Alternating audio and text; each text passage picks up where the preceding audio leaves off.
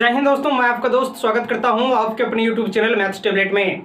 जैसा कि आप सभी जानते हैं कि हम लोग हर दिन मैथ और साइंस के इम्पोर्टेंट क्वेश्चन देखते हैं, वो चाहे सब्जेक्टिव हो या ऑब्जेक्टिव हो। आज हम लोग इस वीडियो में मैथ का एक और नया क्वेश्चन देखेंगे जो मोस्ट इंपॉर्टेंट होता है। तो चलिए सीखते हैं, क्लास स्टार्ट करते हैं।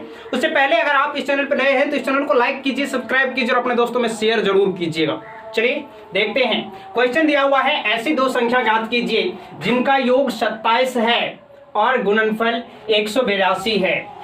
यहां पर याद रखिए योग कितना दिया हुआ है, दो संख्या का योग। जैसे हम ले लिए कि दो संख्या का योग 27 दिया हुआ है। अब जैसे हम कह दिए कि दो संख्या का योग है 10, इसमें से एक संख्या हम कह दिए कि 4 है, तो दूसरी संख्या क्या हो जाएगा, यहाँ पे जो खाली स्थान है ये दूसरी संख्या क्या होगा, दो संख्या का योग 10 है, एक संख्या हम लोग को पता है कि 6 है, तो दूसरी संख्या क्या होगा, 10 में से अगर 6 को माइनस कर देते हैं तो ये पता चल जाता है 4 होगा, 4 होगा, तो अब 6 4 10 हो जाएगा।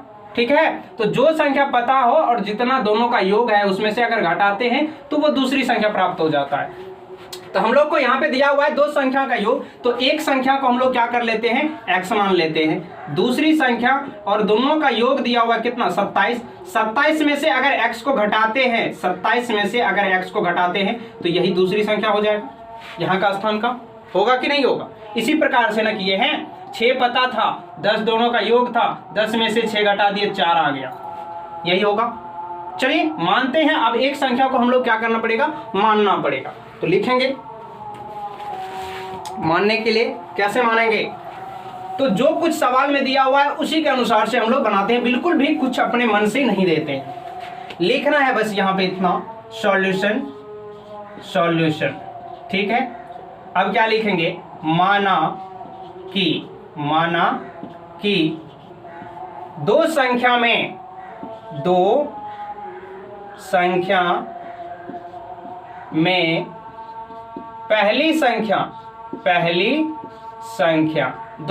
में पहली संख्या बराबर x।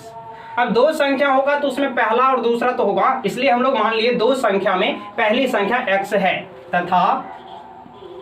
तथा दूसरी संख्या क्या हो जाएगा, दूसरी संख्या क्या हो जाएगा, अभी बताए थे क्या होगा, दोनों का योग है उसमें से पहली संख्या को घटा देंगे, -x, 27 - x, ये हो गया दूसरी संख्या।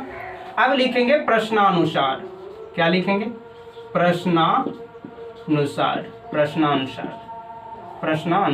ठीक, अब देखिए कह रहा है दो संख्या का योग जिनका योग कितना है, 27 दिया हुआ है, और इससे आगे यहां तक का तो कैलकुलेशन कर लिए कि 27 में से x घटाए तो दो संख्या प्राप्त हो गया। अब गुणनफल दिया हुआ है इन दोनों संख्या का, तो पहली संख्या x है और दूसरी संख्या क्या है, 27 - x है, और इन दोनों को गुणना करने पे कितना दिया हुआ है, गुणनफल 182 है, तो लिखेंगे 182।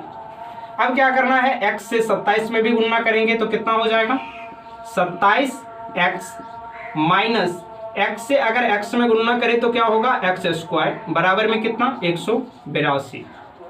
अब सारे संख्या को एक साइड करेंगे और यहाँ पे क्या करना है कि एक क्रम में लिखना है। तो पहले x² वाला आता है तो लिखेंगे, इसका चिन्ह क्या है, माइनस है, तो लिखेंगे -x², और प्लस में 27x है तो प्लस में 27x, और 182 को बराबर की इस साइड लाएंगे तो माइनस में होगा, 182 बराबर में कितना, 0 आ गया।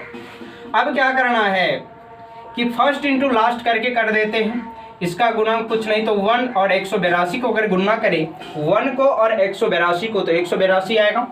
तो 182 का अब क्या करना है, हम लोगों को अभाज्य गुणनखंड करना है। तो कैसे करेंगे, 2 × 9 = 18, 2 × 1 = 2। ठीक है, अब कितना से लगेगा, अब ये लगेगा कितना से, 13 × 7 = 91। अब क्या करते हैं, इन दोनों को दो भाग में बांटना है, तो 7 × 2 करते हैं, कितना हो जाएगा, 14 और 13। हमको पुराना कितना है, 27 पुराना है, दोनों को अगर जोड़ देते हैं तो कितना आ जाता है, 27 आ गया। अब इसमें x लगा हुआ है तो दोनों में भी x लगा देंगे, अर्थात हम लोग 27x को इस क्रम में लिख सकते हैं, 14x + 13x। तो इसी प्रकार से लिखेंगे माइनस एक्स स्क्वायर, माइनस को नहीं छोड़ना है, अब क्या करना है प्लस 14x और प्लस में 13x और माइनस में कितना 182 बराबर में 0। अब क्या करना है, यहाँ से इन दोनों में से कॉमन लेंगे, तो इन दोनों में से क्या आएगा, अंक तो है नहीं दोनों में, तो x लेते हैं, तो यहाँ पे ले लेते हैं कितना, माइनस ले लेते हैं, माइनस x। अब माइनस लिए जब x, तो एक x यहाँ से निकाले तो क्या होगा, x होगा, और माइनस कॉमन लिए, इस माइनस से इस प्लस में गुणना होगा, क्या होगा माइनस, और यहाँ पे कितना बचेगा 14 बच गया। अब क्या करना है, इन दोनों में से भी कॉमन लेना है, तो क्या आ जाएगा 13 आ जाएगा, 13 तो क्या लेंगे प्लस में 13।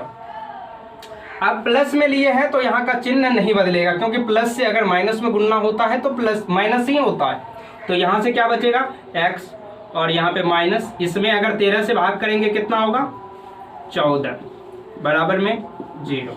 ठीक है, अब देखिए यहाँ पे दोनों इनटू के अंदर जो है सेम है, तो हमारा गुणनखंड क्या जा रहा है, सही जा रहा है। अब क्या करना है, यहाँ से दोनों के बदले एक टर्म को लिखेंगे साइड में, देखिए ऐसे x माइनस 14